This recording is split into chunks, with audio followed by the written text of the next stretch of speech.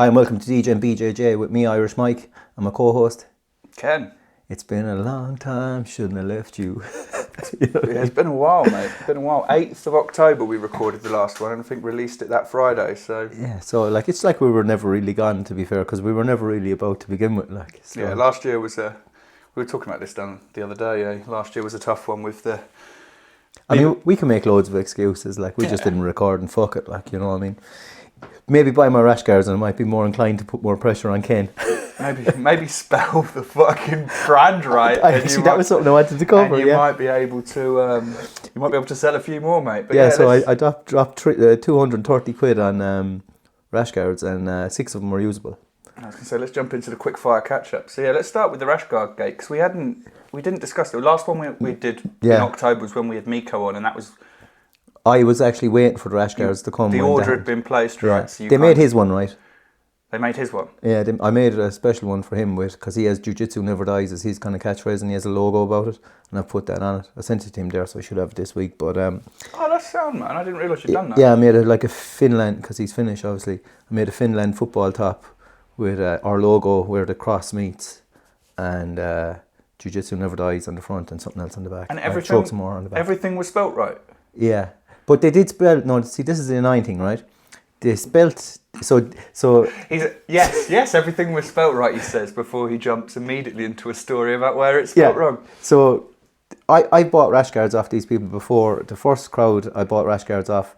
There was a bit to and fro, and I thought they were going to fuck me over because they made all the rash guards the wrong size. But then they sent me back the rash guards. In the correct size. Was that the Italia ones? Yeah. The original ones where there was which are fucking fantastic fitting in every fucking size, in my opinion. Yeah. That's definitely the best drop so far. Yes, but I was afraid because they had sent me 2 lots of rash guards that they were going to screw me on the next one. Do you know, get their money back. Because, I remember that was the one where there was a typo on the logo. Oh, the logo. They'd made them too small, and then you were like, can you make these bigger, please? And they were like, no, we can't do that. And you were like, well, what about the typing? You've actually spotted all the spelling mistakes, which just speaks to my fucking dyslexia. Like, maybe if there was one thing to learn from this, Mike, maybe you should let me proof the designs before they go to print in future. And everything just paid for it. I'm like, yeah, Ken, I've got some rash guards coming. I think you would like them. These are great, mate.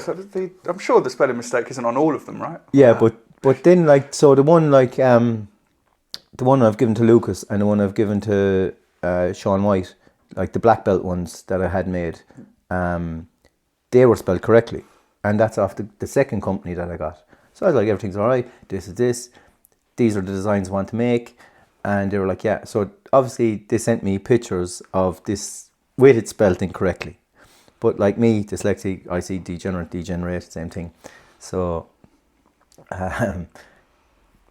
so I have a Michael Collins one, which is my fucking Irish one that I wanted to make myself because I was like, I really want to make a fucking rash guard with his face on it. It's like fucking. Is that the one you're wearing on? Yeah, it's the one I wear most of the time now. Yeah, I like it. But so that's spelled right. Degenerate Jiu-Jitsu podcast spelled right in that. But the other ones, the more rash guard kind of feeling ones, because they said that one was a t-shirt. I was like, why didn't? Because they made the sizes wrong on things as well. I was like, why didn't you just make them to the same size you made them to me the first time? Because they weren't bad, those ones. And he was like, no. And then next thing I spotted this, you told me about the spelling thing. Because Connor, I gave one to Connor because everyone that comes on podcast gets a rash guard. That's a helpful way of promoting the brand and giving something, because we don't make any money off this, to help someone. Sorry, I kicked the chair.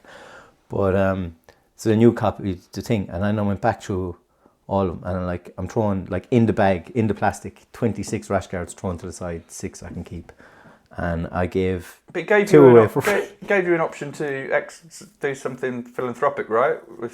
Yeah, so then I said, I put a post up on Instagram, and I was like, so anybody wants the rash guards, they can have them. And obviously I had the 22 small ones as well, the Italian ones, that, were kind of kid size. So I said, if anyone has a kids club. The ones with the Orignal so that's typo on the badge, yeah. So I was like, let's go, and I'll give them all away, because and people were saying, because I made a free Palestine kind of one with the new crowd, that I had said it to other people, you should use this design and sell it.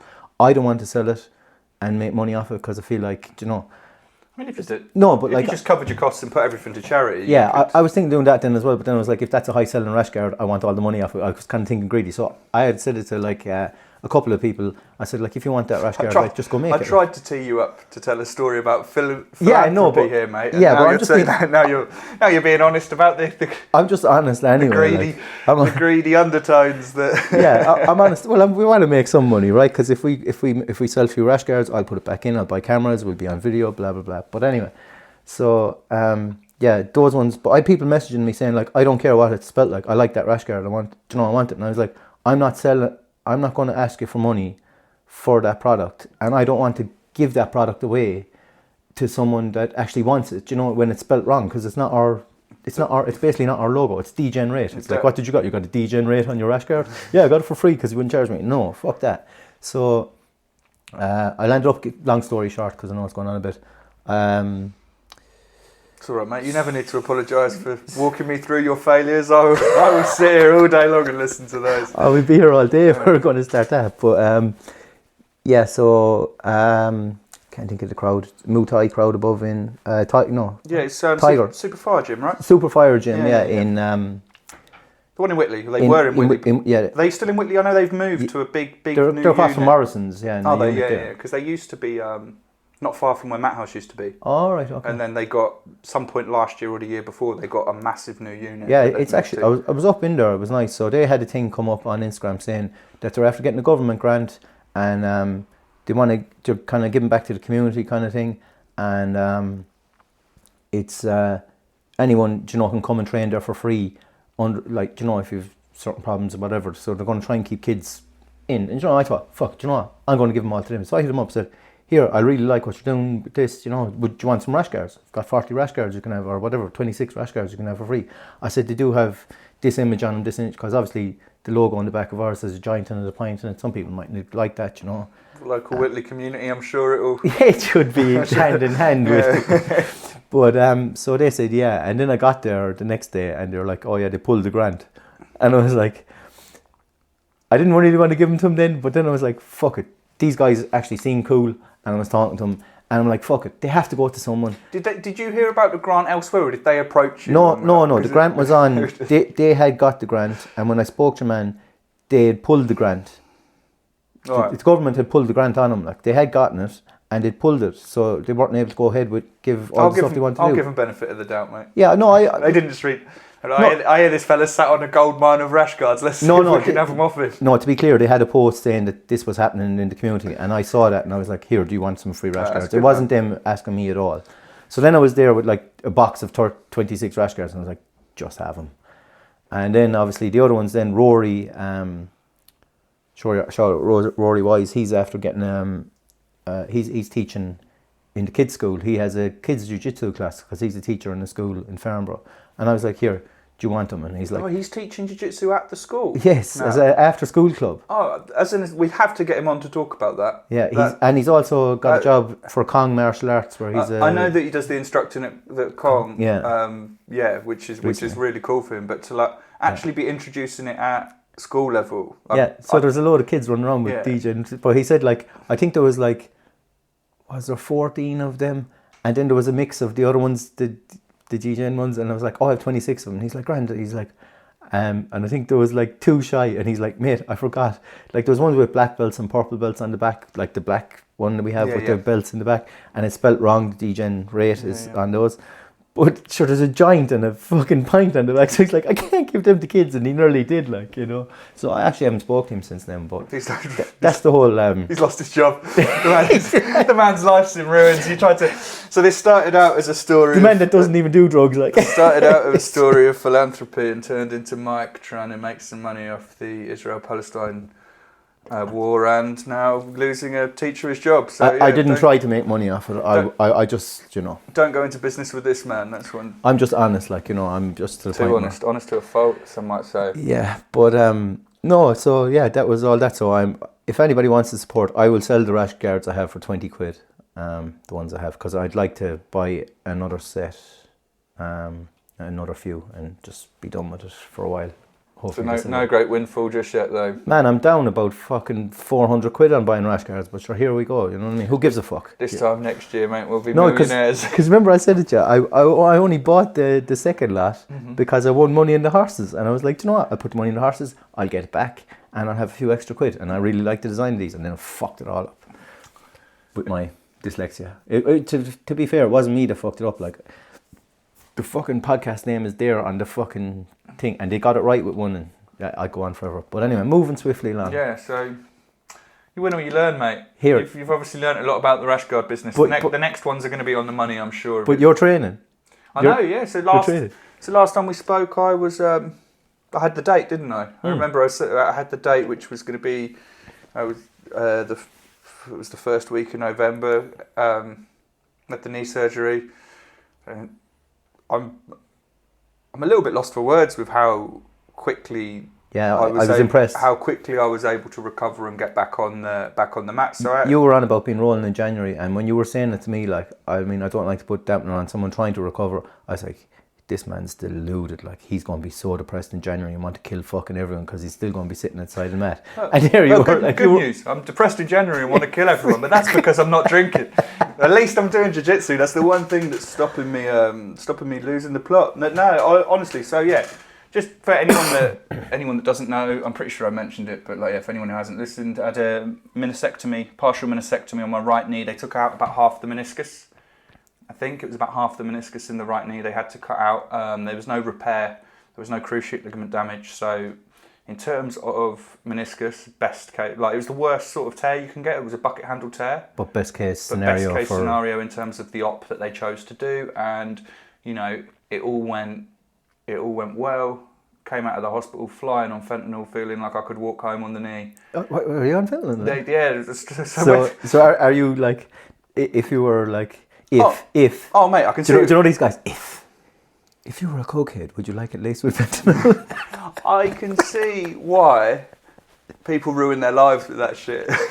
Yeah, but apparently, like, a microgram would fucking kill you. So after you've had the surgery, when you come round and you're in the recovery room, like, before they take you back to the ward, so like, you're in with all the people that have just had surgery, you wake up and they Is it such a good feeling you're going to get another injury? And they're like, are you in pain? And my mate had already told me. He was like, just tell them you are in excruciating pain. And I was like, yeah, I'm in loads of pain. And she's like, all right, let me give you this. So they just whack a syringe of fentanyl in to help you with the post-surgery pain. And yeah, it was absolutely flying, mate. Absolutely flying. So the Degen BJJ podcast does not condone fentanyl taken, but if you're going to do it in a hospital setting where you've just had an operation and say, yes, I am in loads of pain. Outside of post-surgery, definitely I wouldn't recommend. But yeah, so they wheeled. So I think I was in there. They said it took me longer to put me under than it did to actually do the surgery. Because like, when you first get the mask on, and like, have you ever had you got gas, was it? General anaesthetic. Oh, right, okay. So they put me out completely. So when they first put the mask on, and like, they do count to 10 backwards and you're out, like, you're not fully asleep for surgery. Then you're just like the first stage of like a sleep. Really? I think so. The anaesthesiologist, I think, is the correct term. I don't know. Yeah, I think that's correct. They have to like sort out the levels and stuff. So to get me to a deep enough sleep apparently took longer than it did to get the meniscus. Is that like injections? Out of my knee. So they put a bit in your arm and it like goes cold as it goes up, and then you're breathing on the mask at the same time. So that has gas in it, like, kind of. Yeah, I think they have I think it's oxygen in the mask just to keep you calm, and then I think the anaesthetic is in the arm. It was my first general. That was the thing I was most nervous about, just because being a control freak, I didn't want to be like completely unconscious. But yeah, they did a great job. Me and our coach Dominic have now had the same man inside of us. Jesus Christ! You give me shit for being gay. My WhatsApp is just me calling everyone faggots, and everybody's saying, like, you shouldn't say that, and you only say that because you're gay. You're the most closeted man I know, Michael. But yeah, in terms of actual surgery, best case scenario, I was back. I think I only used the crutch for a day, right? I was back walking around the house within a day or two, just using the crutch for the stairs, and then doing the physio they gave me. I had a physio course that was like on my phone through an app as well. Are you back doing kettlebells? Yeah. Oh yeah. Yeah, so I was. How How many weeks did it take, like, from surgery for you to get back to, like... So I'm just trying to think about that. Yeah, so it was about, I think I started light drilling after I started doing the yoga after 3 weeks. That's good. And then I started doing light drilling after 4. 5th carried on with the light drilling. Week 6, so like before the end of week 6, I'd started light sparring, but only picking really specific people. Anything else like you were doing? Were you drinking? Because that's around Christmas time, yeah? Were you like drinking over that time? I took a month for... I was going to, like, if it had been up to me, I'd have been straight out of surgery and on the beers, right? Like, you know, just because that's the way I cope with trauma. But... Dom said to me, he was like, when he had his knee surgery, he was like, I didn't drink anything for 6 weeks just because alcohol messes with the healing process and the inflammation. Recovery, I was like, actually, that's a really good idea. So I didn't drink from when I had it in November till some point in December. All right, yeah. Like, because I was like, I'll give it 4 weeks to heal up, and then yeah, was rolling again within 5-6 weeks, and rolling properly from January. So, you know, it's still. I'm not going to pretend it's like 100% better. But it's still like after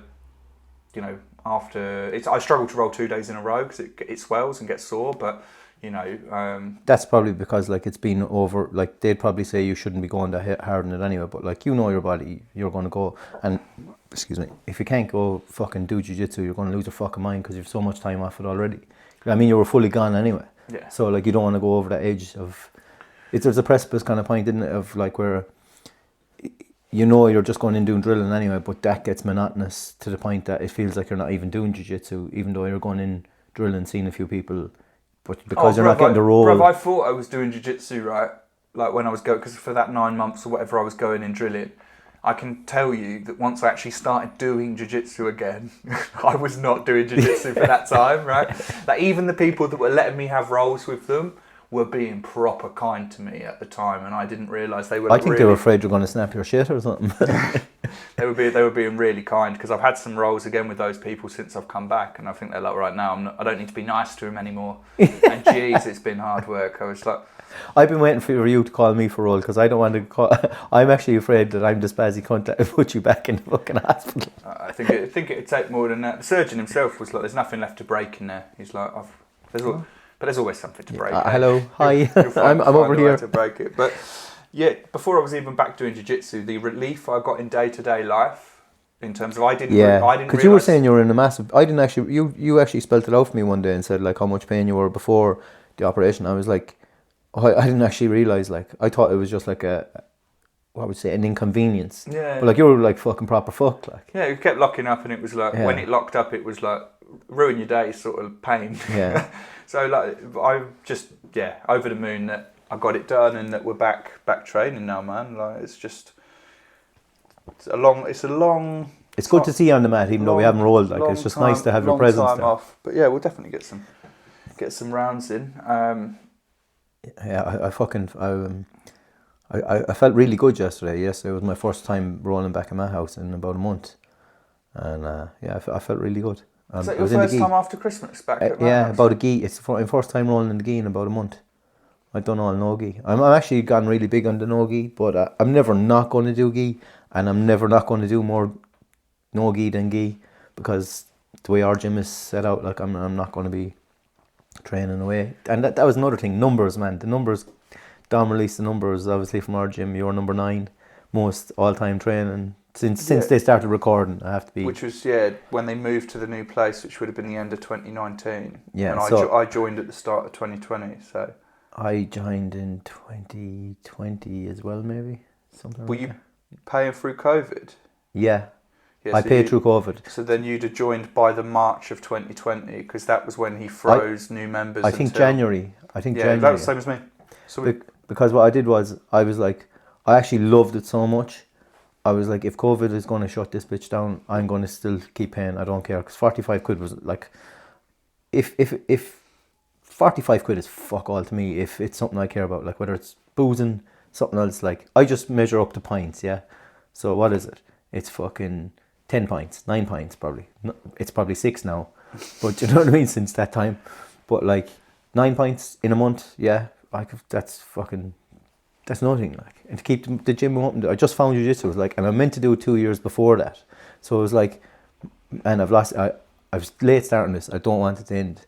And I did all my classes as white belts. That's how I got up there, because I was 11, and what killed me was it was 40 off from 10, and Daniel Twine had number 10 on the spot, and you had number 9.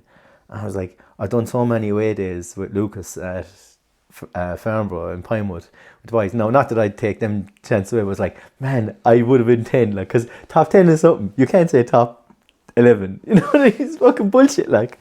So it really fucking annoyed me. So I've actually decided I'm going to change my training now, and I'm going to do a lot more doubles. I'd always try not to do the doubles because I can't take in the information as well. But I'm like, fuck it, I might as well just do 2 lots of jiu-jitsu. So I'm going to do doubles on a... Knowing you're not going to take in the information regardless, so you might as well get it all done in one session rather than... I did nothing but throw bys the whole time I was back in fucking Ireland. I was just drilled them. There was a couple of lads in Treaty when I was back there, and I was like, one of them was black belt, and I said, can you show me how to do that properly? And I was doing it, and I forgot all about it. And Lucas was showing it to me there yesterday in Matt House. Like, I was just like, and he was showing me a different way, and I was like, fuck, there's 2 different kind of ways you can go, and this is fucking cool. There's always like. different ways. But so moving swiftly along from... Yeah, so the attendance thing, I was quite shocked to even be on that list, considering in the last 2 years I've been injured for about... But you were still going though. You were still showing up a lot. Yeah, but not much, mate. I think you were doing like... even when you were injured, you were doing 3 times a week. Like. Yeah, it's tough to drag yourself down. Like, when now I'm not injured, I'm there 5-6 times a week. Yeah. Like, 5-6 days a week I'm training. But yeah. I think next year you'll be higher up in it, and I don't think I'll be in thing, but I'm going to try and... Because I know I clocked all mine time up at white belt because of blue belt. Excuse me, can't, sponsored by Magners. I couldn't keep that pace up, man. So my body's fucked in the last 6 months to a year. I'm feeling everything. One of the lads stripped my grips. I have good grips, like I know I have good grips. I've been told I have good grips, but It's working man, mate. No, but I held the grip with the wrong guy, yeah. So he just stripped my grips like they were fucking paper. My hands were paper mache, and like my finger is fucked, and that's about 4 months. Like, you know, I see the dislocation there, but it's sore all the time, like. And I was just like, it should have gone by now, because all the other ones, they'd be sore for a while when they go, but this one is still sore, and like I can. Do you tape it? Do you tape your hands? No, I will now. Have you ever? Yeah, it's fucking annoying. Do you think it makes a difference? Because I just. To be honest, I reckon if you do 2 and 2, I'd say yeah. Oh, what, like buddy tape them? So you're doing the Spock sign all the time. Yeah, or whatever way, or maybe you do whatever, but like to hold it together. But like, because if you have one individual tape, I don't see how the tape is going to stop your joint going under the force. What's it doing? Like, the tape is just wrapped there. Is it going to? We've had this conversation about like knee and elbow braces before, right? The Kenzie tape. It's like KT tape. Whatever it's called. Yeah, whatever it is. But K-tape. like if it's gonna go, that little bit of tape, like, don't fuck off. If the tendon's gonna snap, that little bit of tape ain't gonna do nothing. But I think that's why I think, because I see Connor often does these 2 together, and so does Mr. T, and like Connor has strong grips as well, and he's fucking going a long time, and I think like there is probably a certain point where you have to start doing it, because like your hands ain't going to get stronger doing jiu-jitsu. You're going to fall apart. All your bones are going to crumble off each other. No, with that attitude, mate. Yeah. Well, unless you want to go and fucking test train and fucking whatever else, like, you know what I mean? But I've always thought it's a bit of a gimmick. You know, for the people that do the finger tape, like with all the love in the world to them, I see them spending longer doing the tape than the tape's but you know what? Lasts on their fingers. You know, doesn't it look fucking cool when you've your individual fingers done in that crisscross. For 10 seconds, and then your first round when you first grips and it rips off, like. Yeah, if someone actually has a brand of tape that doesn't sweat, yeah, because I know Limerick Globetrotter is sponsored by tape, Jimmy is sponsored by tape. I was going to say, all the influencers are just going to crawl out of the woodwork now and be like, use my affiliate code. They're going to sell you, promise you the world, and it's going to be exactly the same as all the other tapes out there. If you can promise me, that it lasts fucking one class, or even 10 minutes.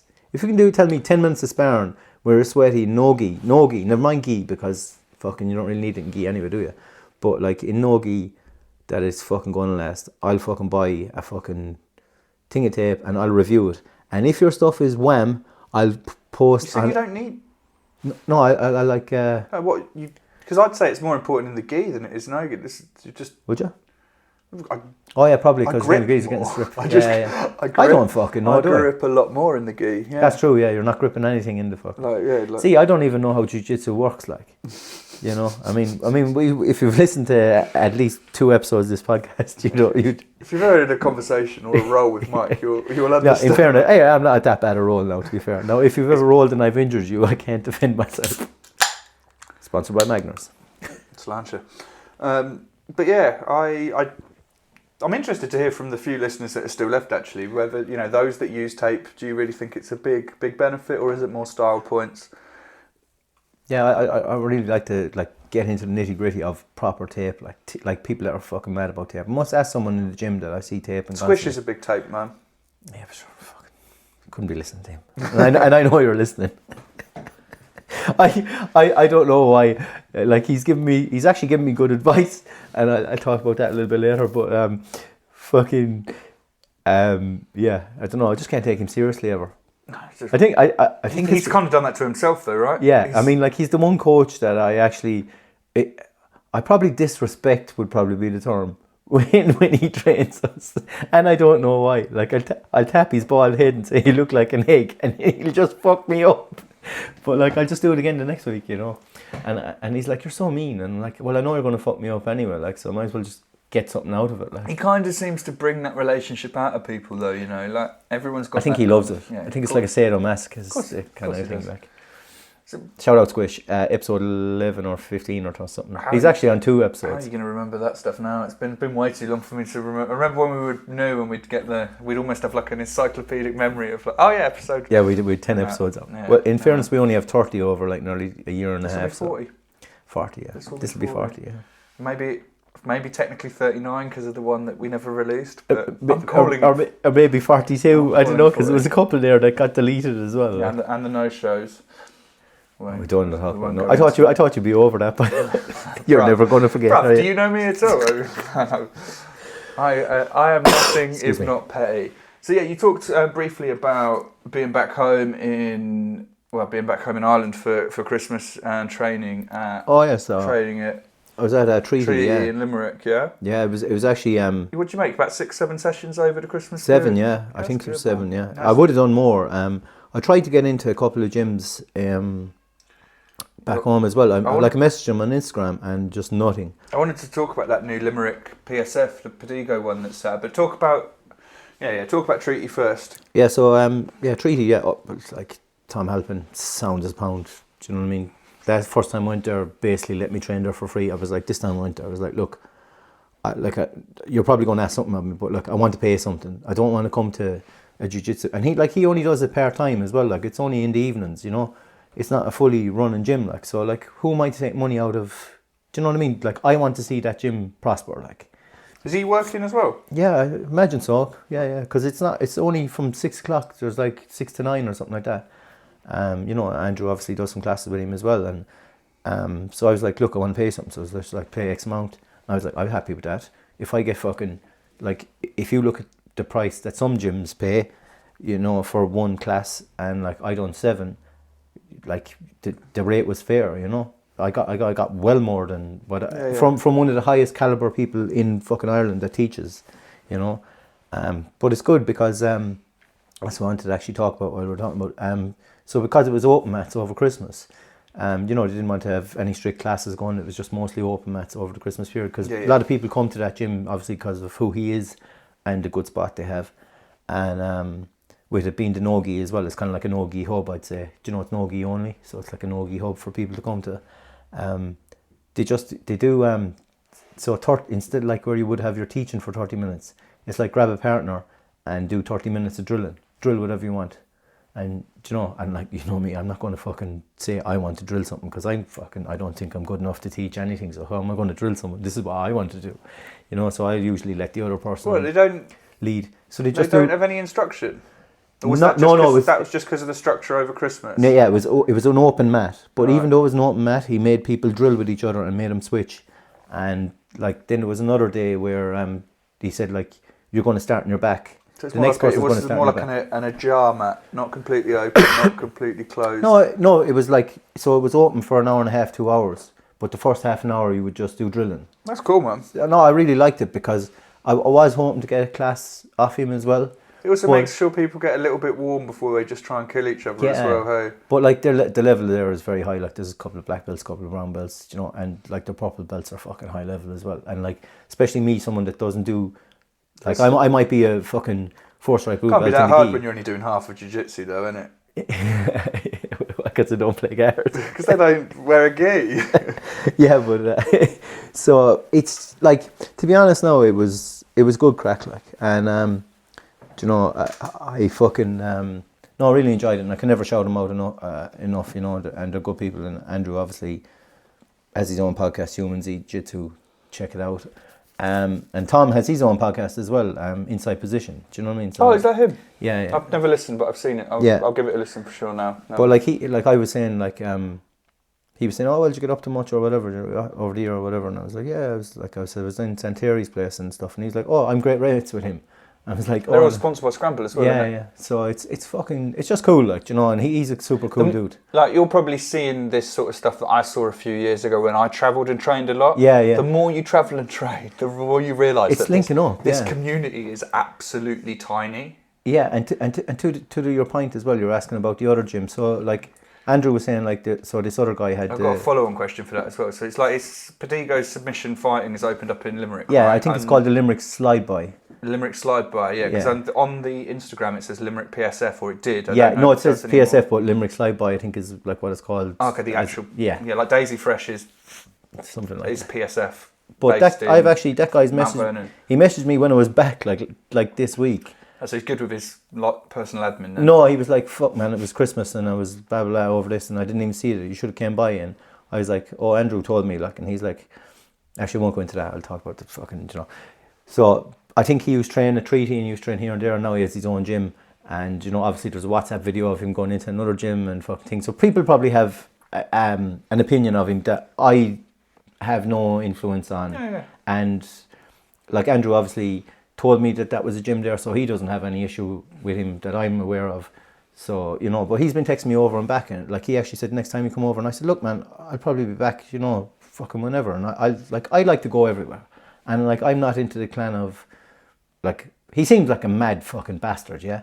But like they're the best people. Oh. Do you know what I mean? Yeah. They're the people you want to be hanging around, yeah, brother. So like, you know, why would I not call there? But because he's been over in training with the Padigo. He lives with Jimmy. Does he know Jimmy Wheeler? Yeah. Because that was one of my follow-on questions. He goes, oh, I know Jimmy, and I was like, oh yeah. And like I didn't even mention podcasts or anything like that. And I was like, oh, I know Andrew. Andrew said you had the gym there, and blah blah blah. And he was like, oh, I didn't think Andrew would fucking tell you about me. And I was like, probably shouldn't be saying this, I don't know, but fuck it, like they're all, I said, no, Andrew sound like he's not going to fucking not say you have a gym. Do you know what I mean? Because Andrew fucking, he's the Limerick Globetrotter, he fucking Globetrotters. He's not going to, whatever. Seen his bloody name, man. And I haven't said this to Andrew either, so, and he's going to listen, so it probably seems like I'm chatting shit about everyone, but I'm not, like, because it was all good between the two of them. I don't know, from like, you might be lost in your own head here, but objectively, nothing you have said is I don't know. You've not said one bad word about any of them. You're just bigging these guys up. Yeah, because I just don't want to cause a fucking offence of something that's not there. You know what I mean? Because in case my words, because I can't fucking spell my own fucking podcast, mate.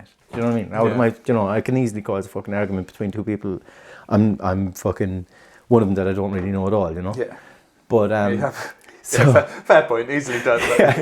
So, and like he does go into other gyms and fucking curse out their purple, but like I don't want to cause an issue because there is none there. He seems like a sound guy, but no, but he was A1. You want to stay on his good side. No, he was. I've had voice notes, but this week he was like, "Oh, I missed your thing. You should come over." Blah blah blah, and been really so. And like he trained.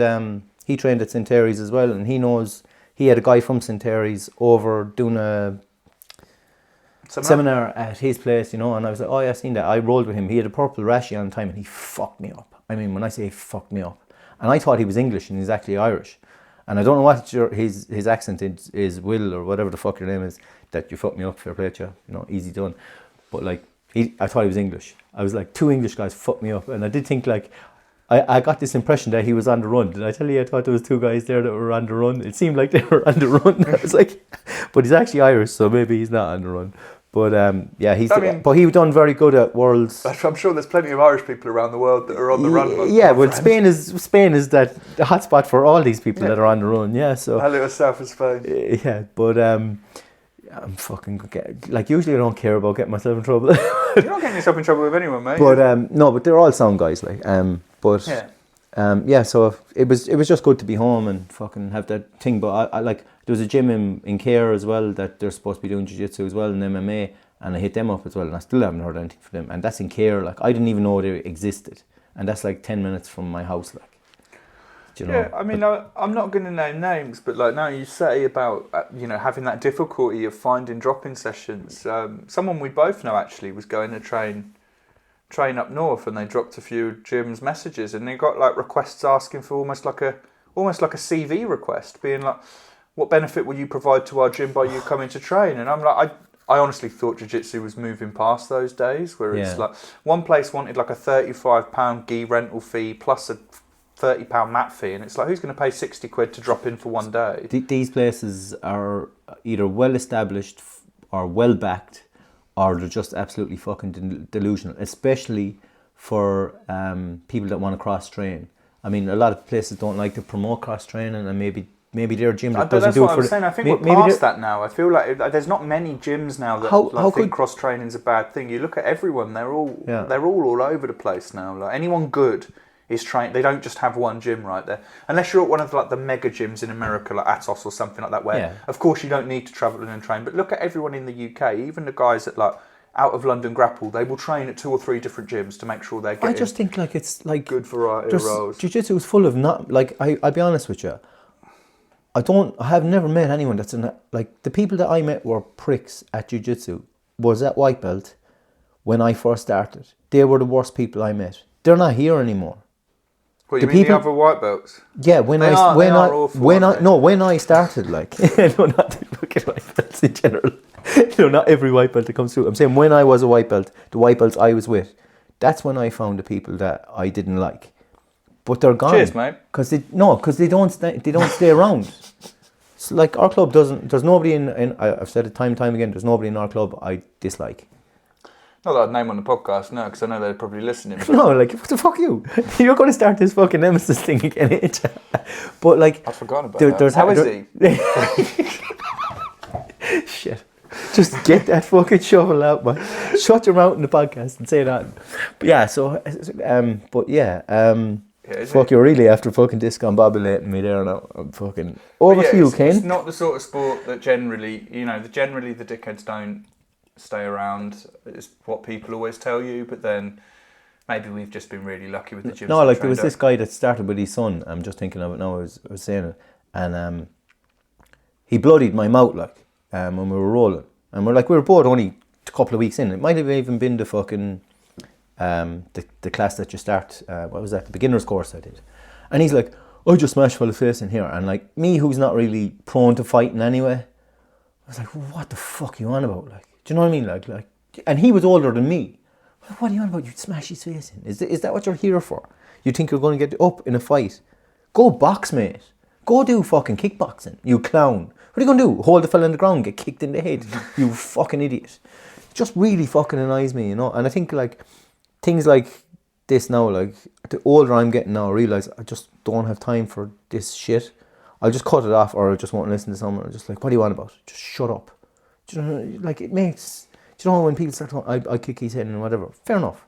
But like in jiu-jitsu, you're not kicking no one, you're going to roll on the ground, and if you tap, you tap. And if you don't tap, you fucking go unconscious. And if he keeps holding it, you're dead. In jiu-jitsu. Now fair enough, if there's strikes, like someone has rear neck choke, they'd probably punch me in the nose if they wanted it, and I would let go, hold my nose and cry. Yeah?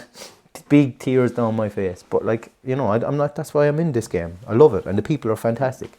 Never gone anywhere either that I've met someone fucking horrible. Do you know, and I keep saying it, and that's actually, my PSA for jiu-jitsu. Speaking of that, I'm over Christmas while the open mats were on, I managed to pop into Taurus again. First time I've been there in we opened like last January, didn't it? So we went. Yeah. Did you come to that opening session? No, you were there before. You were there ahead of me. Lucas and Bobby, yeah. But you've been, right? I done loads like that time when I was out of work. Yeah. And I've been a few Sundays as well. After. So they've extended the mat space a little bit, which is nice. You've got a bit more space on there. Andy's obviously a good lad. So shout out to Andy. That was nice to get a drop-in session. Yeah. You know, we've had a lot of our members actually transition over there. It's been a few. Yeah. But no, not that I'm just saying anything. But like obviously, I mean, Tom Lucas was there for a while, and I think he's back now again. But he was. Didn't he just hit and run them for a belt? He was a member for 2 weeks, got promoted, and then was like, "See you later, Andy. Cheers. I got what I came for." Ken's just saucy because he's waiting on his purple for some time. I've been injured for so long. Yeah, well, that's what I said. Don't even think it's going to happen. But no, it was good to see those guys. There was obviously a few familiar faces and some new people. A few of them were getting ready for Euros. Shout out everyone that's competing this weekend and up into the weekend in Lisbon, by the way. But yeah, it was good to see them all, and it was nice to get.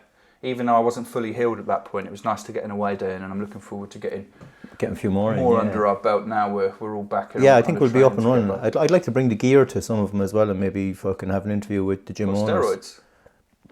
The podcast gear. Oh, sorry. Well, you want to tell the people something again? I'm getting old, mate. I'm getting old. Maybe.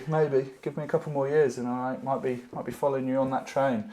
I'm not on no steroids, mate. Of course not. Speaking of which, you won a competition recently. Yeah, actually. I feel like we've got to mention that because I give you so much shit. I can't not shout out your wins, mate. Yeah, so we had I actually entered two. So did the Wet Reading Open, right? Yeah, so this is the thing. I was training a good bit at in Farnborough every Thursday, and Lucas, obviously check out episode 5. Lucas North, the Degen black belt. So he's obviously really close friend with us now. Since that time, we're even closer friends.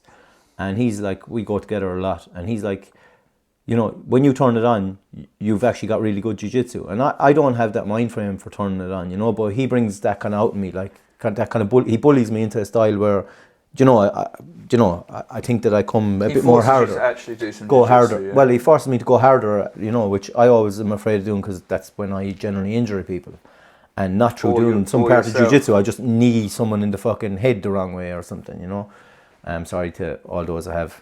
Yeah, you know who you are. You'll actually be happy. I'm not going to say when or where, but I got kneed in the head a few weeks ago and split my whole eye open. So, karma came back around, boys. But you'd need to be kneed in the head at least 20 more times to even the score, bro. Let's be honest. Do you know why it happened? And I know we're going off the topic, but I've been trying to play guard since mid-November. Because I don't have any guard game, and if I'm going to be a purple belt, I should at least I think it's shit for my coach to say he's one of my purple belts, but he can't play guard at all. So I've been actively trying to do it, but not in the gi or not no gi. No gi, I'm standing. You can fuck off. I'll figure it out. But I stand by the fact that wrestling up is the equivalent of having a guard. Yeah, that's the game plan, but. When you're sorry, I'll go back to the competition because that'll explain some of this as well. So Reading Open, first match. I only 2 opponents, so it was going to be 2 fights. It's Masters 2, yeah. Yeah, well, whatever. I'm 40, so I'm nearly 41. No, Masters 3 maybe. So I can't remember, but the first guy I went against, I took him down fairly quickly. I've done that kind of thing where you were giving away a lot of weight as well, weren't you? Because you refused to cut. And I wasn't actually. To be fair, I was a kilo under. Oh, okay. When we. Sometimes you've been 4 or 5 kilos under. It's I think at that time, and you know what? The funny thing was, I actually didn't drink for 6 weeks before that competition. Yeah. So shout out me for not drinking for 6 weeks, but so yeah, I done the kind of thing where you kind of. Sit up fast, push the knee through, sit down, and I got mount fairly quickly after the takedown because it was in kind of headquarters, and then went up in, and then I got I threatened an Americana, and he kind of bit on it, so then I got into a head and arm triangle, and our coach always showed me he said you should keep the knee on the stomach because it prevents the escape where they can grab their own leg, grab the leg, create the space and then thing, and that's how I originally started doing it, because my very first submission was a head and arm triangle, and it's one of my favourites because of that. And I used to always step off, and then our coach showed us, you should stay on top because of this, and then I used to always stay on top. And but I was training with Sean White, Luke's coach there, and he was showing me one where you can stay in the mount position and just kind of drop your drop your hip into it, and then squeeze, and you keep the weight, and you don't come off. So because obviously I don't have it down that much that I mightn't lose the position, you know. So, but I really find you get the squeeze better on it, especially because your hips are on their hips. And so I hit that in the comp. Stops a lot of their escape options as well, right? Where they're going to want to like kind of, when you come off to the side and they bridge and turn into you and force that elbow back to the mat. Like, there's a lot more things that can happen. In my, I'm not saying, Marco, obviously, look, there's 3 different ways of doing the position. Some people are better than others, but I found... There's probably 300, bro. Yeah, that's fair, but like that I just found like maybe I'm just having success with it lately, but to hit it in competition was kind of cool. And, because I had been working on it in the gym, and I'd hit a few good level people with it, that I wouldn't expect to hit it. And it's like, it's been cool, like, so. But Adam, Luke, you got that sub in... I think it was a minute, like, I think I had the match done in a minute. But then I went into the second match, and the guy was so fucking cool. We talked afterwards. But I psyched myself up, man, because obviously Lucas had said, you're better when you go hard. So I just over in the corner talking to no one with fucking tunes blaring in my ears, going fucking crazy. What tunes? Bit of fucking... I'd have to look at my Spotify playlist, but like it's a lot of dance kind of stuff, but like aggressive kind of stuff, like a lot of EDM, some Irish stuff that you'd be really surprised that would get me going, but just like rebel songs. Yeah, just there was a couple. There's a tune called The Lonesome Boatman, and it's actually really fucking melodic and a flute, but like it just fucking riles me up, something serious. And but Kanye West Power is something that actually gets me. It breaks my mind away from everything, but it wasn't that. But so I went in for the second match, fucking caught up with this guy, strong guy as well, and fucking just kind of bit of back and forth, grips. I went to Uchimata him, he took me down on the back of it because I fucked it. I just did a bad one, and once I was on my back, it was like I didn't really do anything, and I spent the rest of the match on my back, and he submitted the guy that I went against with a bow and arrow, so I knew that was in his wheelhouse. So towards the last few minutes, it ended up with him. All right, Sun Tzu, I didn't realise you were such a master tactician, mate. I didn't realise you researched your opponents. No, I done it like in the match there and at that competition, because I obviously... Even then, I didn't expect you to be paying attention to the other matches in your bracket. Oh, I have to, man, yeah. But I thought, like, the boys are saying, like, you got this, and I was like, yeah, I fucking have this. I fucking seen him, I thought, like, but he was very strong, and not that, there's a fucking some sort of meme about that being an insult, but like, when I got put in my back, there was an armbar I missed that I could have got. Coach was shouting, Dom was shouting at me, Mike's an armbar. Oh, Dom cornering you as well. Yeah, and by the time he told me and I understood, I had his arm and it was if I had just thrown my leg around, there was an armbar there. But I didn't I missed it as soon as I heard it, kind of a thing. By the time it took my mind to hear, because you don't hear, and he was telling me bits and pieces to do, and it's more on me than anything else, but it's very hard in that situation. If you competed, you understand. But the guy, like, once he had me on the ground, I think we stood for maybe about 2 minutes or something like that, but once he put me on the ground, like, it was his game. He had my back for a long time. I got out of that. He took my back the other side. I kind of was fighting to get out of that. Yes. But I was rinsed then as well, because I'd done so much trying to push and with aggression, I just kind of fucking, I think I probably gassed myself out. But in the end, like, he had his cross grip on my neck. I was passing under his elbow, so he wasn't going to hit the bow and arrow, but that's where the timer finished. And I think he was up by... he clown points on me, like he took my back. Yeah, he was probably about 12. When you end up in one of those like things where you've got someone that, can't play guard. Well, no, I mean, when someone is on your back, right, and then you're escaping the back, and then like they're remounting, and then you might escape mount, and then they come back to knee on belly. It's very tough to not concede a fuckload of points, right? Because for them, pretty much any position that you put them in, they're going to rescore from. Yeah, you're just avoiding the submission, right? And then when you avoid the submission, you're probably going to lose points. I had taken him out of bounds, like trying to do a single leg kind of fucking heist. Tried to throw him through the table, good lad. Trying to heist and fucking go, and we got reset then normally. But I think like had the mat, and like I can't say anything about pro sport Kaplan because they've the biggest mats in jiu-jitsu. So I went the whole way across the biggest mats. But it's tough to go out of bounds on those. Yeah, big old, and I big did old like, mats. but mat size matters, mate. fucking listen to episode fucking whatever. So show takes Simon. But yeah, so he was sound, you know, and his coach came up to me after and he said, "Man, you're some dog in a fight," which is fucking kind of cool. Because I don't really give a fuck about losing. I'm not like dogging you. That's a kind compliment, bro. It is like he said, "There's some dogging you in that fight," like, you know, and like from his coach, he didn't have to say that. That's no, man, fucking that's cool. So you got silver. Yeah, but like not really. Like I won. Well, one, you won a like, match, yeah, and yeah. the team won the team trophy again, which was Yeah. good considering Fleet was on the same day and forces were kind of split across. Yeah, two guys went to. I think 2 or 3 went to Fleet. Only 2. It was Harvey and Barnsey. Yeah, so Adam Barnes didn't get a bean between them either. So yeah, he's not impressed with that. I don't think because he actually they were like we're gonna go to All Stars and win the money because they do a cash that's why they went prize. for the money. Yeah, none of them made it out the first round. That was kind of like should have stuck with a team, boys, and actually had a bit of solidarity, eh? Yeah, but that's why I'm only shitting on them because I love them both. That's why I ended up doing the other competition. So All Stars had the Masters event that they do. Was that the Nottingham one? It was no, it's Northampton. Yeah, it's Northampton. an N. I knew Northampton, it was an N. Yeah. So he just texted me and he said, "Look, register." I rolled with him on the Friday. I rolled with him on a Saturday, and he goes, "I'm doing that comp tomorrow." And I goes, "Oh yeah." And he says, "You should come up with me." And I was like, "Yeah, I was thinking of doing another comp." And I was like, "I don't fucking know." And then he texts me on Sunday. The registration is closing tomorrow. Register for the comp, you cunt. And I was like, "Who was that?" You know, at Barnes. Bonzi, yeah. Yeah, and I was just like, I said, "Fuck it, you know what? I will." And it landed up, it was just one opponent. So basically, I got my guillotine. So long story short, because I spent so much on the other one, I'm not going to talk about. That guy gripped me. Oh, sorry, I should talk about it. Because Adam said to me after my other match, "Why did you go so hard? You don't go hard like that in the gym. Why are you trying to go hard in competition?" And like I'm going off, Lucas telling me.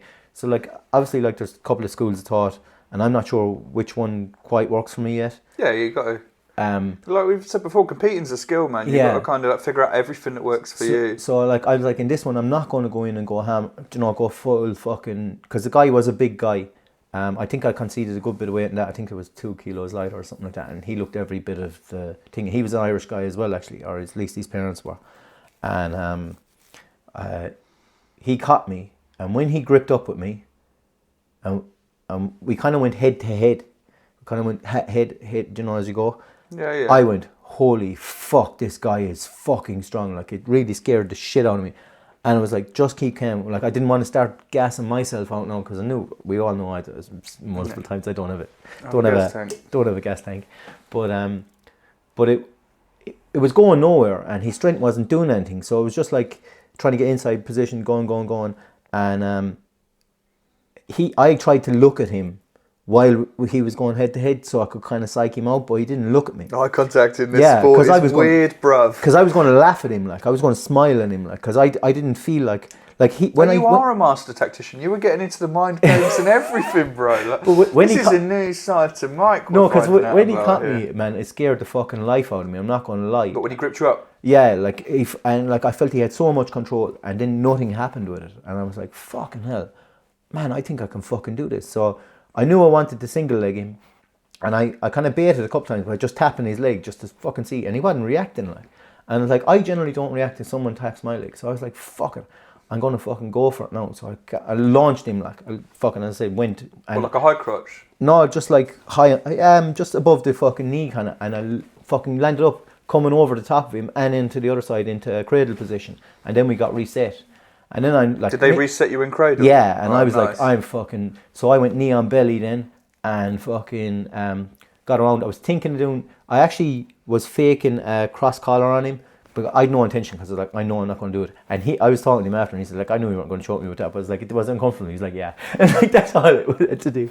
But he actually swept me the same way you always swept me. What, the reversal from side control? Yeah, and like as I fell down, I got straight back up and I didn't leave go of the grip on my right hand, and I just sunk it under for guillotine, and I just sunk in and go in, and I had it. I knew I had the meat of his neck, like I could feel it, but I was like, fuck, I need to throw my leg over. Like I had the choke on, but like he could have escaped, and then once the leg went on him, he just tapped instantly, and like I don't give a fuck about anything. I don't give a fuck about any fucking other competition, how good, bad I did. Arm triangle's nice, blah, blah, blah, blah. I've got guillotines. I've 3 guillotines, a white belt. I've 1 at blue. So I'm just going to, like, that's my submission. Oh, mate, no, so well done to you. That's why I wanted to shout out. Sorry I went so long into that and probably bored the arse out of all the people, but it's just like... It's all good, man. It's all content, isn't it? No one's still listening now, anyway. No, there's that. But no, well done, man, because, like, you know, you put yourself out there. I want to do one more as well. You know, obviously we had our grading. Shout out to Tammy Jesus on Instagram if you want to go. He's doing some good content recently. He got his black belt. Yeah, Rob. Yeah, Rob, yeah. Friend of the podcast. Friend outside the podcast. Soon to be guest, yeah. Soon to be guest, 100%. We should have had him. We're on about having him on the whole time, but... Well, we haven't done an episode. This is the first episode since he had his black belt, and I wouldn't ever want to be the first episode off a long layoff to be with someone in person that I genuinely get on with. And respect I'd like us as well. Blow the cobwebs out. Disrespect. Yeah, exactly. So, you know, if we can convince him to tell the truth, then we'll get him on the podcast.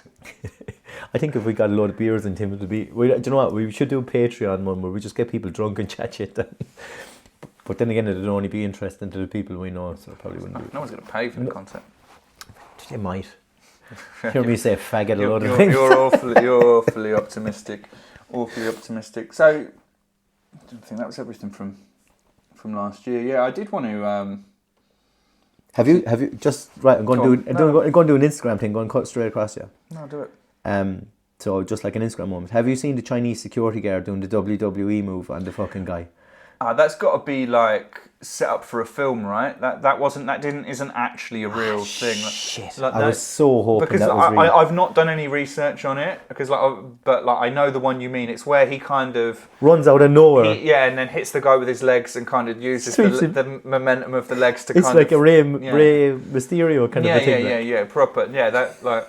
It's the best thing ever. It's incredible. I fucking hate this. You know, I thought that was real. And no, it might. No. If you say it's fake, it's fake. I think I'm the opposite of you. You're one of those. You'll believe it's real till it's proven fake. Whereas anything with the internet now, I assume it's fake until I've got multiple. I was going to say you're wrong, but you've actually called me out on something. And when you said it was like, I was just hoping it was real. It was something only the other day that I think it was last night. I messaged something. You were like, no, that's not real, mate. I was like, I'm just too old. That one though was like. That was full on AI. That was like the whole guy and everything. I don't think the human. That's what you said. Yeah. That was a poker thing, wasn't it? I've actually got like a theory since like there's been this big influx of AI with like the improvements in ChatGPT and stuff. I've got a theory on the internet that if ever I'm speaking to someone and I've not met them in person, I just assume they're not real. I assume they're a bot. And then, you know, prove me wrong, meet me in person. Yeah, that's good. Like, it's just become an absolute... It's fucked, man. I got a phone call today off of fucking someone about a house claim, and I was like, what the fuck? I tell you, when they get better at, like, managing the pauses, you ain't gonna know. Be fucked, mate. Yeah. Because, like, it's like... The written stuff now, you can't tell. The written, you cannot tell. It's fucked, man. I don't know. If you have your money in crypto and stuff, you want to be careful, I'd say. Because that's like... you know, maybe cash out now. Yeah. You know, but fucking what else? Well, I wanted to ask. Obviously, we're at the start of 2025. You know, last year was like, well, not the best year of jiu-jitsu for me. You had a pretty good end to the year, though, pretty strong end all in all. That competition with the competitions, and then you know, getting some good sessions in Ireland and stuff. I think I'm fit for like, not that I'm actually at the level for them, but I think like invitationals would suit me better.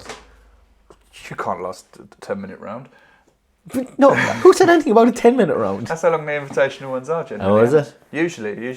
Yeah, but like I'll be entertaining, yeah. You'll be like, I'll push the pressure for fucking 3 minutes, like. Put me on early in the card. Make it a 5-minute round. And No, make it a 10-minute round, and I'll just push it for 3 minutes, and the person will submit me by 5. Like it won't last that long. Yeah, trust me, it will not go the difference. Yeah, that's either I'm going to fucking submit them, or they're going to submit me. That's your USP. It's like, trust me, it will not go the distance. It's like fucking Tony Ferguson. Yeah, we all would still want to watch him fight.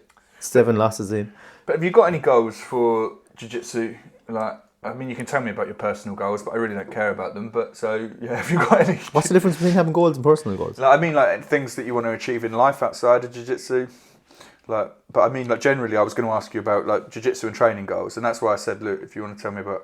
Oh, sorry. I was like, what the fuck you asking me about? I was feigning a lack of interest in your life, mate. I was like, are we on a date and you're just one of these high maintenance fucking women? Where do you see yourself in 5 years? I was like, probably fucking 2 bad knees, 2 bad ankles. No, look, is there anything you want to achieve this year? Anything you want to?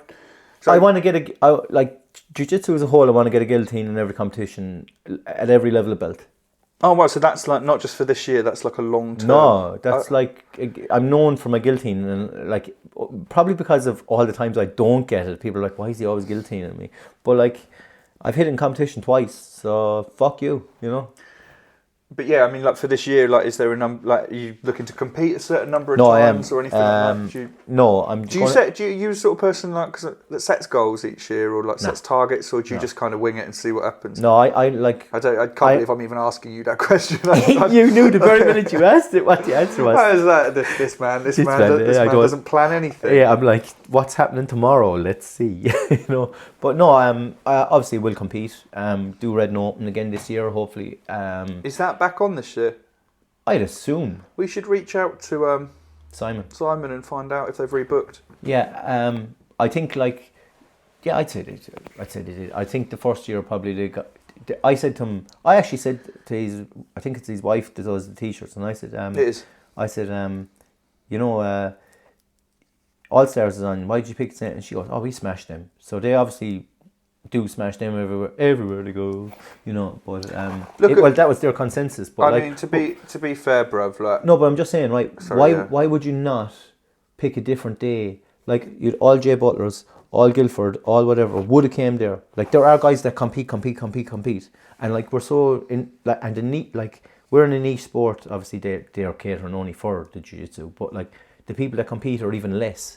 Yeah. You know, like you get your influx of new white belts that want to do it, and then you get people that like compete and like fuck that, why do I want to compete? Or people that get like purple belt and they're like, well, I don't want my shit snapped. Yeah, like our gym like predominantly is hobbyists, right? Yeah. Like let's say let's say maybe you've got 300 regular members, if not more. I tell you one thing, I do have respect for the people. There are like I'm not going to name names. There's a couple of like hobbyist type people. You would think that they're hobbyist type people. And they fucking competed, and they smashed it, and I've like. Yeah, I rate all of that, but out of the probably 300 regular competitors, there's probably 20 of them, if that. Not that. There's not 10. There's not 10. But then I could be wrong. I just don't know everyone.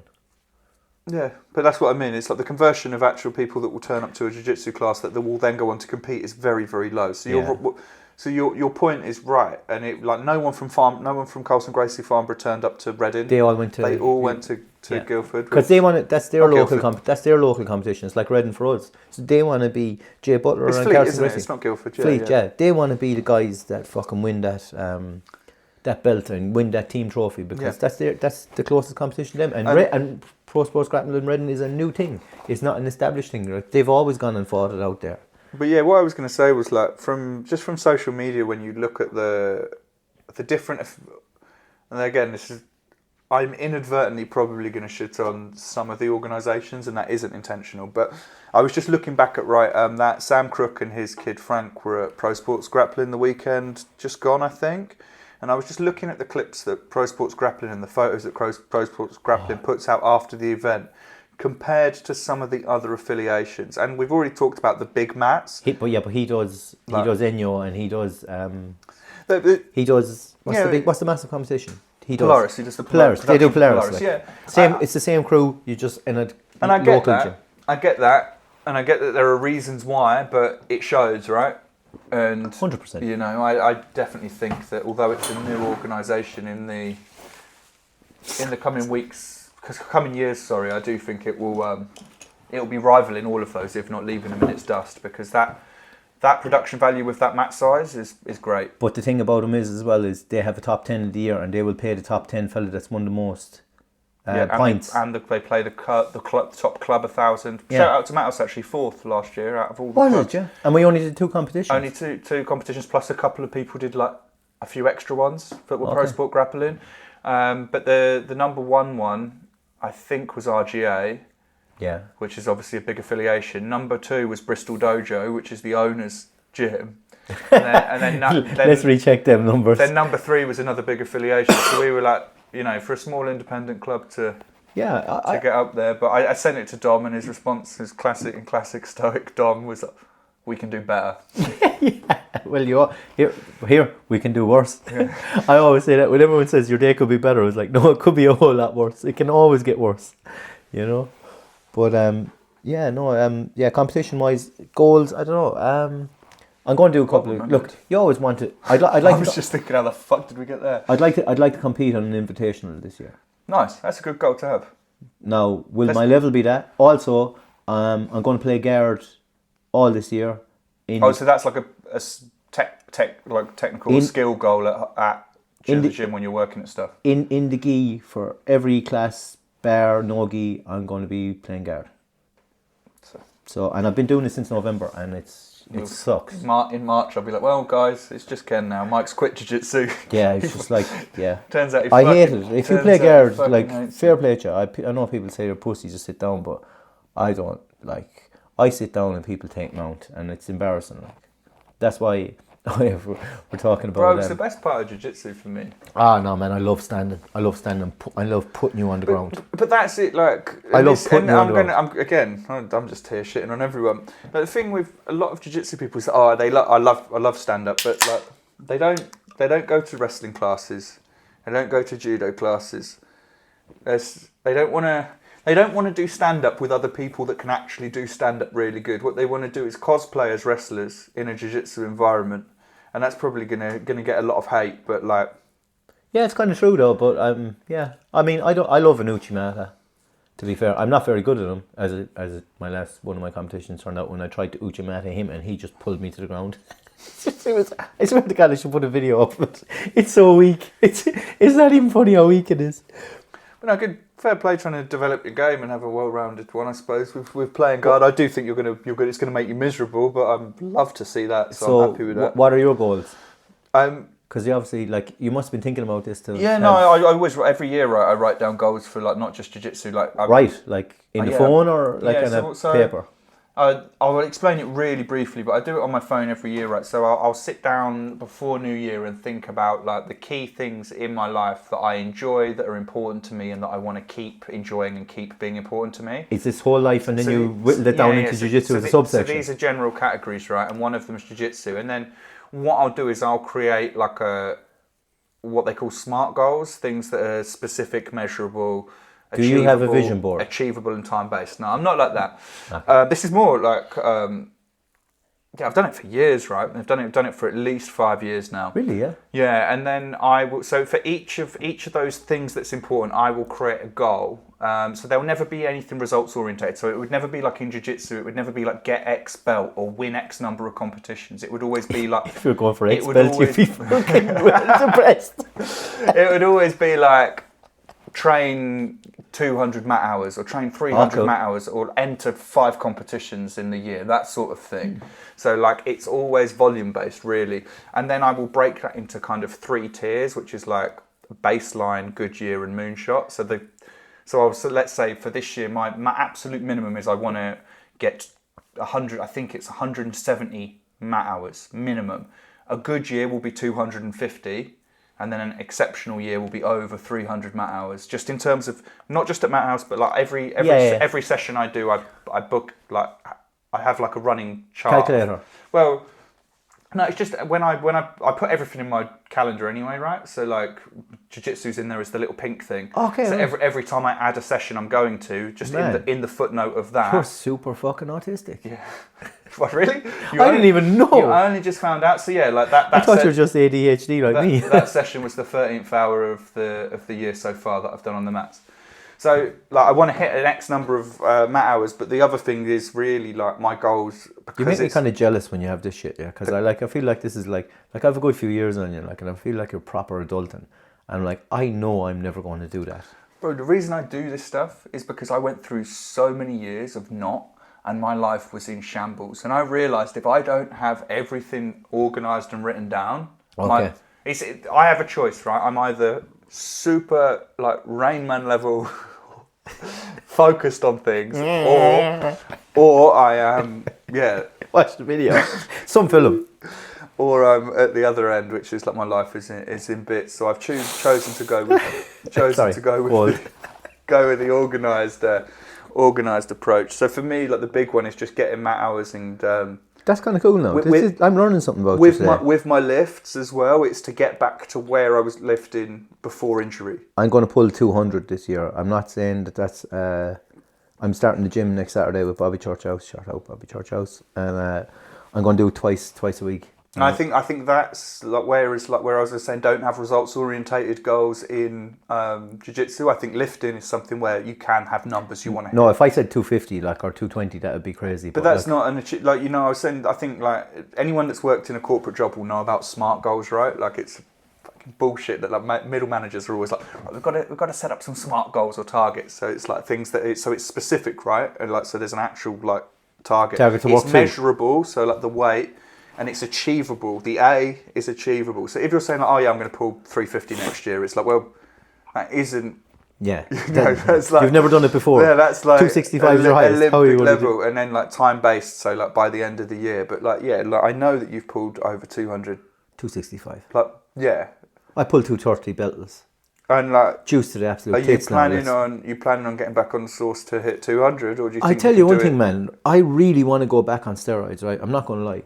But like I've had steroids in my house as long as before this podcast started and after it's fucking I'll probably man, I just can't pin myself.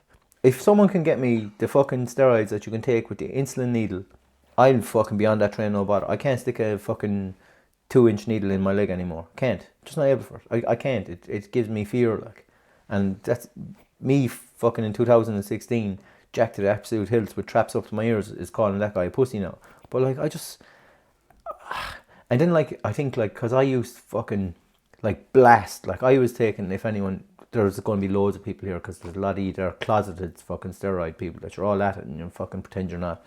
Like I was taking 4 mils of testosterone, and that's like 250 test. I was taking 2 mil of 200 tren. And like I was taking oxys, like they were fucking going out of fashion. Like I used to take fucking can't remember what they're called now. There's them fucking small tablets that you take and they'll give you lots of power. I used to take them as a pre-workout every time I'd lift. Or ecstasy? No, fucking no, ecstasy's the best drug you'll ever take in your life. Shout out to ecstasy. Can't do that now either, old man. Fucking like if you take ecstasy nowadays, it's like hide the sharp knives in the shoelaces on a Sunday morning because you're just going to want to fucking kill yourself. Fucking hell.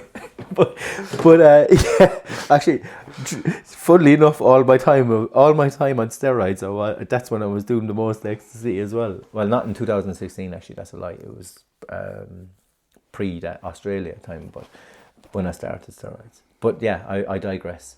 No, I don't think I'm going to go back on steroids. I bought creatine for some fucking reason, I don't know. And I've protein at home as well. And I did plan on, I actually prepped my meal last night. And I never made it. Are you joining church so you can get some more Jesus, and then you're going to go to the Portuguese shop and get some acai? No, man.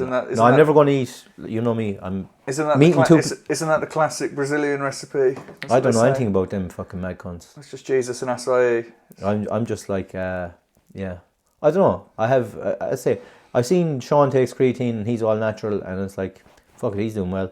And like protein it's never bad to have protein, and like I have protein in the house as long as I have steroids, and I've never taken. Now, obviously, it's been changed. I'm not taking protein from 6 years ago. It's going to apply to me. I'm not that fucking dumb. But yeah, I'm. My body's fallen apart so much last year, that I think I need to start like looking and taking multivitamin and stuff like that. And I said I'd do that fucking I think 6 months ago when we were recorded, and I didn't. Bruv, like when I go through a stint of like, because I take fish oil every day pretty much. I need to do that. And I, I do the protein and the creatine. When I'm lifting, I will. Do you take creatine like as a pre-workout creatine? So I just have 5 grams of monohydrate in a small glass of orange juice with my vitamins with my breakfast. Oh, so every day you take it? Just have 5 grams of monohydrate every day. Okay. And like whether I'm unless I'm like not working, like after surgery, I took a bit of time off. Yeah. But if I'm working out, I have. Did you notice when you were off it? Did your weight go down? Because like I always water retention. Yeah. Slightly. Not measurable. A kilo. That's measurable though. Yeah, but was it just because I wasn't lifting and wasn't eating as much because my appetite wasn't as high? Okay. Like it wasn't. It wasn't like I was like, oh, definitely. It could have been other things as well. Yeah, there's loads of stuff it could have been. Yeah. So like I'll I mean, here, if you see me, look, here's how you know I am on steroids, right? Number one, I'll probably tell you. And I know a lot of people that choose to, just to finish that choose to cycle off creatine when they're cutting weight though, because they say it's harder to cut those last few pounds when you're. I think like when you do cycle off it to cut weight, it would actually help the weight cut because that's what creatine does, isn't it? It keeps the water in the fucking cells or whatever. Yeah. But I like. Look, if I go on steroids, you'll be the first to fucking know. But at the minute, it's... Me or the rest of the listeners? Well, fucking everyone. I don't care. I tell everyone. If you don't like it, fuck off. You know what I mean? And that's, to be fair, mate, I'll squeeze your head off and crank your neck and you can say I was on steroids and I'll go, yeah, you're right. I think that's the best way to be. If you're going to be honest about it, and then if people don't want to roll with you because they don't want to roll with a juicer, then that's... I'm never going to hurt anyone any different to whether I'm on steroids or not. You know what I mean? Yeah, it's having the capability, I guess. I mean, I don't think it makes me any better. I'm not going to learn more because of taking testosterone. I'm just going to be healthier as a 41-year-old man, almost. Do you know what I mean? Yeah, interesting. In my opinion. I look forward to seeing it. I don't have any competition goals this year, just to finish off the goals bit. I think because of your knee. I don't know if I'm going to compete again. Really? Yeah, I'm weighing up the pros and the cons of it. And again, I'm still very early back after the injury. Yeah. So it's just... We could be 6 months from here going like you're after getting gold in the comp. And part of it is because of the way I approach competition. If I was the sort of guy... we've had this conversation before. If I was the sort of guy that would just jump into comps, I'd say, you're not like me. Like we are not the same. Like I will go in and lose, don't give a fuck. Yeah. You will go in and like... Because you put work in as well. Yeah, and I... That's why it annoyed me. I put work in this comp and it didn't pay off like. But despite being back to jiu-jitsu, I cannot run on this leg yet, and that's something that's making me think like I don't know. We'll see. I think you're very good at managing your body and like whereas me, I'm not like. And just to finish on steroids, so I have ordered 3 bottles of BPC 1572 2 bottles TB 500, and I'm probably going to try and find some semaglutide to lose some weight. I'm going to be on the Ozempic train with all them. Find some semaglutide. That sounds really you have to find somewhere. You have to find somewhere that sells it in the UK. I'm probably going to lose some weight like the way all the Instagram models do. It just makes you not hungry, which would help me because I just eat shit for the sake of eating it. We'll catch up about that offline because I'm pretty sure it reduces your bone density too. But okay, well then I'll just go back on steroids. Yeah, I counteract it. I'll do some research and come back to you on that one. But yeah, no, it's I'm looking forward to this year, man. You know, like as I said it after the shoulder dislocation, like at the end of 2023 as well. We're going to get through this year injury-free, brother. This year we're going to be millionaires. Yeah, exactly that. Mike's going to be a millionaire off of rash guards, and I'm going to end the year. Yeah, buy my rash guards, you fucking cheap cunts. 20 quid, like. We had some questions. Let's finish those off before we get out of it. It's been an hour and 15 now, so I do. This is going very good, yeah. I don't know if very good, but it's going. So yeah. Sorry. Oh yeah, I meant to say the piss up we had before Christmas. I was just going to shout out like to the fucking good times to that. Oh, Lucas's birthday. Yeah. It's just good. I had staff by the way, and I took me being pissed inside the pub, and Luke lifted up my shoulder. Lucas, do you think this is staff? I was like, yeah, mate, you've definitely got staff. You need to get yourself to a hospital. Ideally now. And I went the next day, and they're like, yeah, you've staff. So I was on antibiotics, and that was the reason I didn't roll a lot before Christmas because I thought it was just a spot. Because I just had a spot and I busted. And then I rolled in the mat and obviously got infected. My own fault. Because Mr. T said to me, what the fuck, you don't roll that? I was like, no, it's just a spot. And then next day I went out with Looks like, no man, you full on staff, what are you doing? So apologies to everyone that I might have... Apologies to everyone that's got staff now because of Michael. Yeah, so it didn't happen. But anyway, question, so... You could have just not said it. No, but as I say, I'm too honest to a fault, you know, and Magner is the sponsor on the podcast, so... I'm extra honest. So Zach just like hit us up and just said, how are we doing? Zach Smart? Yeah. Fucking hell. So, it goes to Zachary Smart. I haven't... He was the first one in the question pool, to be fair. That's sound of him. Yeah. So he's just asking how we both were. Yeah, I think we're good, aren't we? If he's listened, he's caught up on everything. We will be round, I'd say March, April to London Grapple thing. I'd be trying to... March. March for sure. I want to go RGA HQ before that because Yeah, I've promised Paddy and I flaked on I was going twice, to get on that as well. So there's a few away days I've planned. Don't want to say anything else about other places because I've something to talk to you about that I'd like to do with other people that I'd like to interview and have in the podcast as well. And I was hoping to do a doubly kind of thing. All right. But yeah, thanks, Zach. We're good. Yeah, much love, Zach. It's been a while, mate. And I think, yeah, you had got your black belt before, so we'd already shouted you out, I think, in the last episode. Long got his black belt before. Yeah, and he's coaching now at the gym as well. I can't remember the name. Ford's gym. Well he's done. Coaching, yes, and he's also the head coach for either King's College or UCL. I'm pretty sure he's UCL, and then another guy from London Grapple does King's College. Like with Bailey. Him and Bailey. They just had a varsity match against another university. Oh, cool. So I'm pretty sure it's UCL. But anyway, just look him up. Zach Smart. He's on all social media platforms. So I'm going to get through the rubbish questions through people that know us till we get to the proper question, because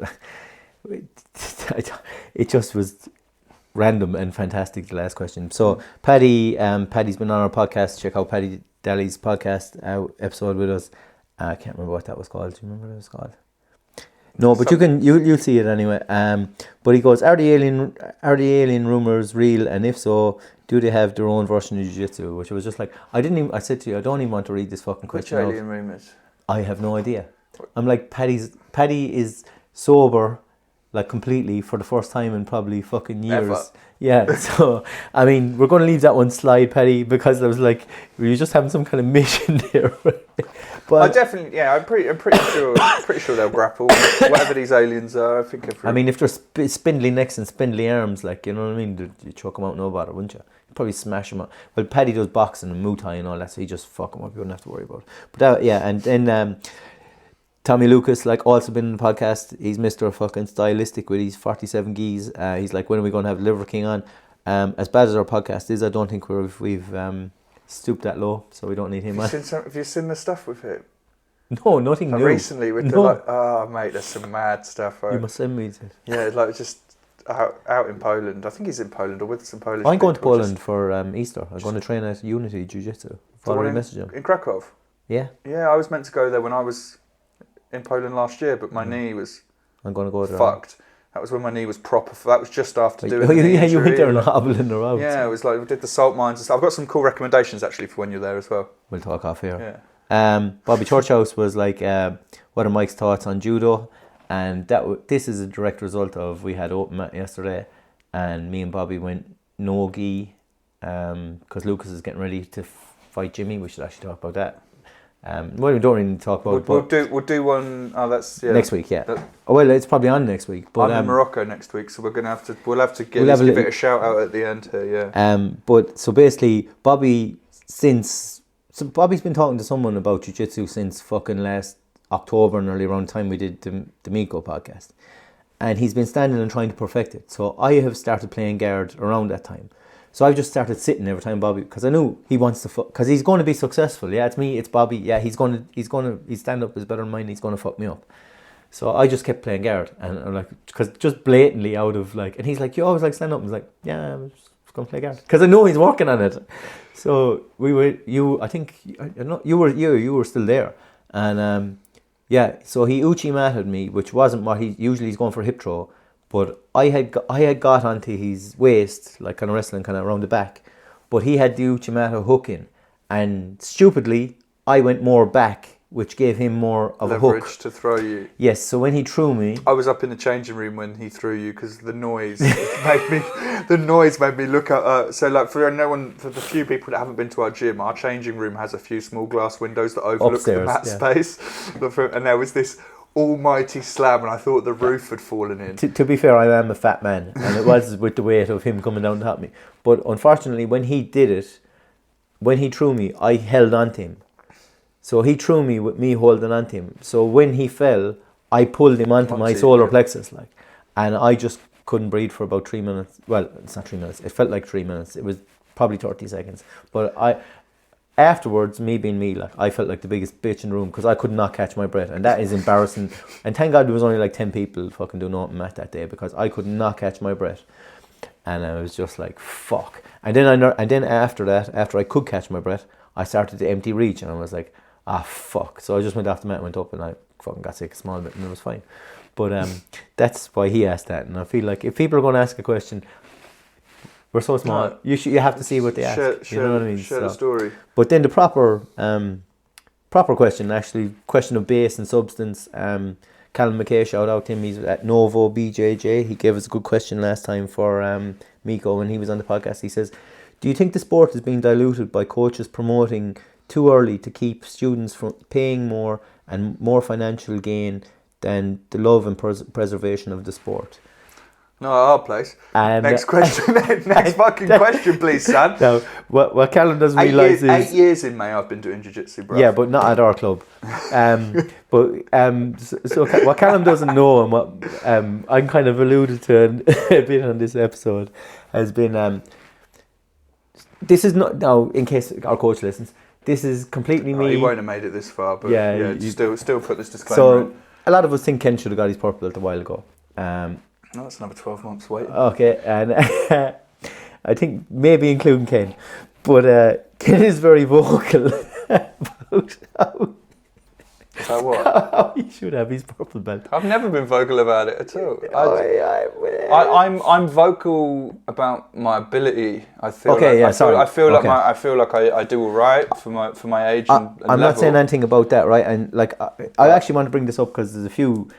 I was going to bring this up anyway, but like I was going to like dance around it, but because of this, I can say, Callum, I don't think you're true, because at our gym, there's some people that are and some people that aren't, but everyone has their own journey. Ken had a lot of injury as well, which I tried to tell him a bit, but there's me who doesn't give a fuck about jiu-jitsu, really. I don't want my belt. I'm pretty sure, and I'll happily say this to hopefully be put back fucking 12 months. I'm 4-stripe blue belt. A lot of people reckoned I was getting my purple in December. I showed up in a tracksuit to not get it. I don't want it, but it's not down to us. Yeah, so ultimately, it's not down to us to decide. Yeah, to be honest, I don't really give a fuck about my own, it's so good to be back training. Yeah, that little things like that now aren't by the by. But I think I've answered this as something similar before. I think like the dilution point, yeah, sure, more people doing the sport, there are going to be, by definition, I think if you're in a good gym, more people at each belt, right? Like just let's look at the population of the population of people taking part in something. It doesn't have to be jiu-jitsu, anything. If that population grows, right, you're gonna see more people like at each belt. But what I think that means is, yeah, you will see more lower level people, but you'll also, because of the sport's growth, you'll get people that could have been top level athletes in another area that are actually choosing to do jiu-jitsu because it's a viable option for them. So I think you will probably get some standout athletes and you'll get some dilution, I guess, of the quality. But, you know, if you're at a good gym with a good coach... I think when you go to competitions, it tells a lot though, doesn't it? And again, yeah, so we're talking about just hobbyists. Yeah, I'd probably say yes is the answer to that question by default. Yeah, because if you're never going to compete, no one's really going to know how good you are. If you don't ever train anywhere but your home gym, and you're not going to like travel around and do jiu-jitsu, and you just want to go in 3 times a week and do your hobby, like as if it's any other hobby. Yeah. Then yeah, you probably are, and that's a different conversation. Like, should those people should they just be kept at blue or purple when they reach their natural skill cap and never get? I think everyone's journey is different because a good example. I actually wanted to use this because I didn't want to feel like I was fucking having to go at you either. Is like Rob, the black belt who just got promoted at our gym. He's done like 1,500 classes, and that's since it's been recorded. So that's probably more like 2,000. Yeah, so. Yeah. If you were to base on time, with Rob's and Rob's a high level black belt. Like, let's not get it fucking twisted, right? Rob is a high level dude.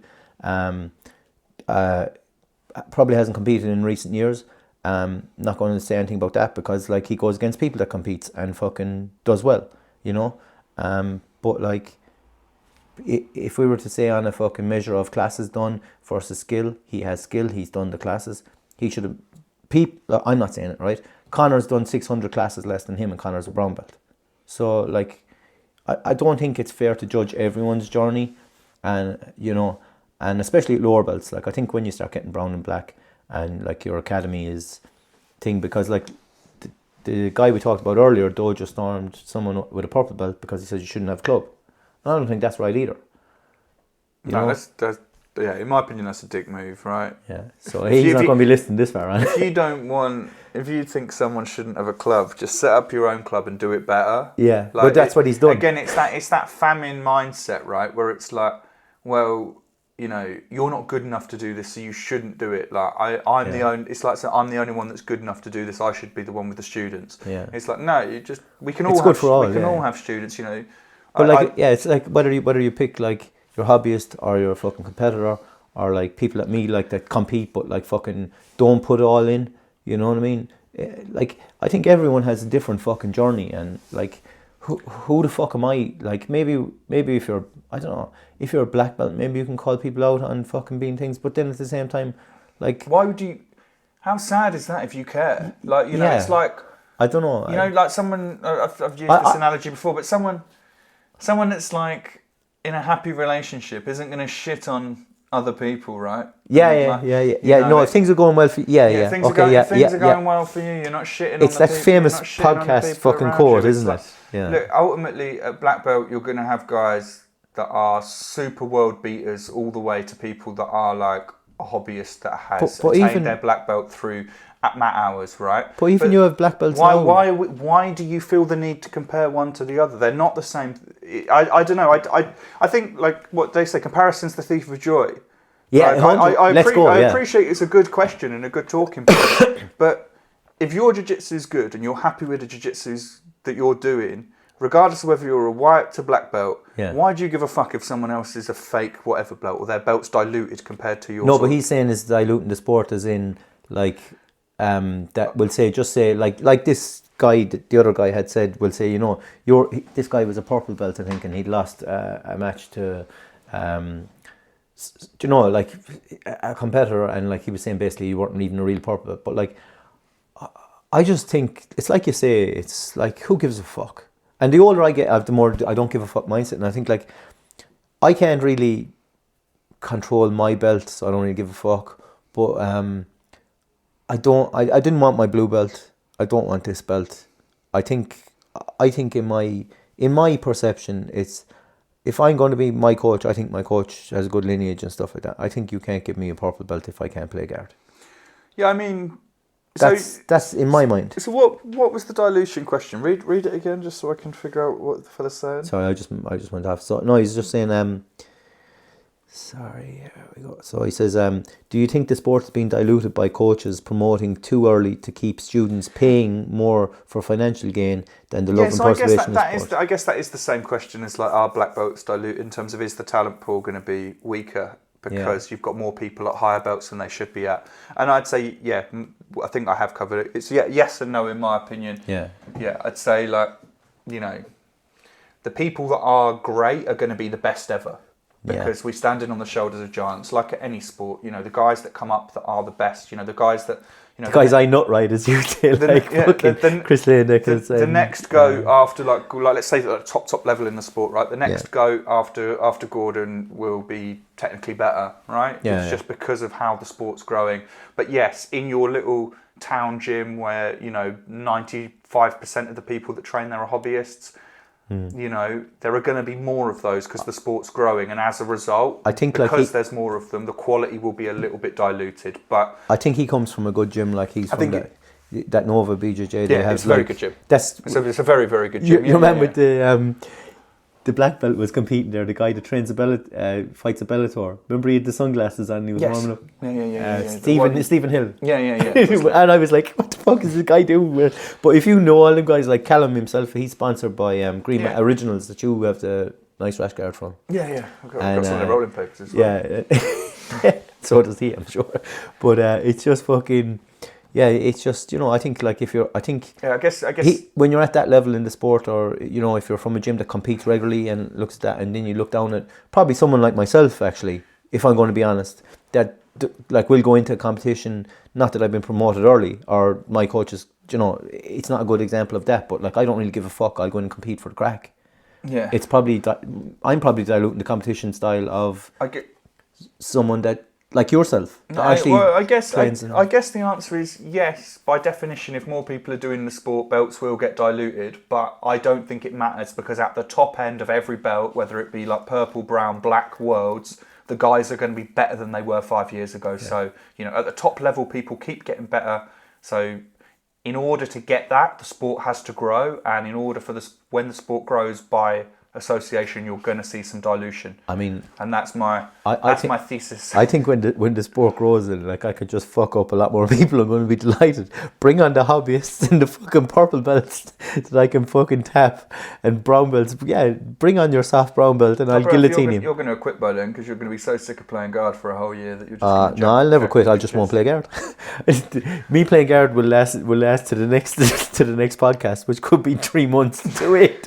We've been recording recently, but anything you want to finish on, or no? We touched on the things we've got coming up. I think there were a few guests that were pipelined, but I don't want to talk about that because we could, like, I've said it before, but we haven't organised it, and I feel if I was to speak about them, I'd be doing them a disservice. Exactly. So there is obviously a plan to get more guests on. That's all I was going to say. Do more of that, less of this. Like, anyone that's made it this far, an hour and a half of probably straight up rambling that should have been 2 episodes, but here we are. It's good to be back. We're back, but thanks to everyone that does listen. Plenty of away days, plenty of guests, and we're gonna try and be more consistent. But we've said that many times before, and it hasn't happened. So I will just say that, like, if you are looking for a rash guard, Salt Degen for 10% off at saltandstorm.co. Yeah, some nice ones now. I'd probably sack off the other guys because I'm. Yeah, I think your man's trying to sell his shorts company and ex-Marshall, to be honest. They've never done anything for us. I think, sorry to the lads that did buy him. I never collected the money that we could have got off it, so... It's probably still there. It's not, I tried. Times are tough. I was like 7 quid. I was going to sack them off, but it sounds like they've already beat us to the punch, so... Yeah. If you have any sponsors that actually want to get in touch in your local... I mean, I'd love to have someone like Green Matham Originals or Tape Lab Co. or someone that's actually this side of the water and like that we would promote. Let's get a few. I'm not even looking for free shit, man. I'll promote your shit, no bother. Like Green Mat Originals, your Green Mat Originals rash guard. All their stuff's wicked, mate. Man, I've actually got some of their. I'm going to do a free shout out for them now. I've actually got some of their non-jiu-jitsu apparel as well. Like they've got some like kind of, I mean, Scramble Ireland, who I'm a big fan of because they do the Irish rash guards. They have a reversible rash guard now, which is, if that isn't the coolest fucking thing you've ever thought of, it just blew my mind. I'm going to make reversible rash guards. So if you don't like one of my rash guards, you're going to hate 2 of them on one rash guard. And if you want to have spelling mistakes on both sides of your rash guards, if you want to have jiu-jitsu spelled wrong, watch this space. Anyway, on that note, bruv, I've got to go. So let's go. Much love. Play it to you now.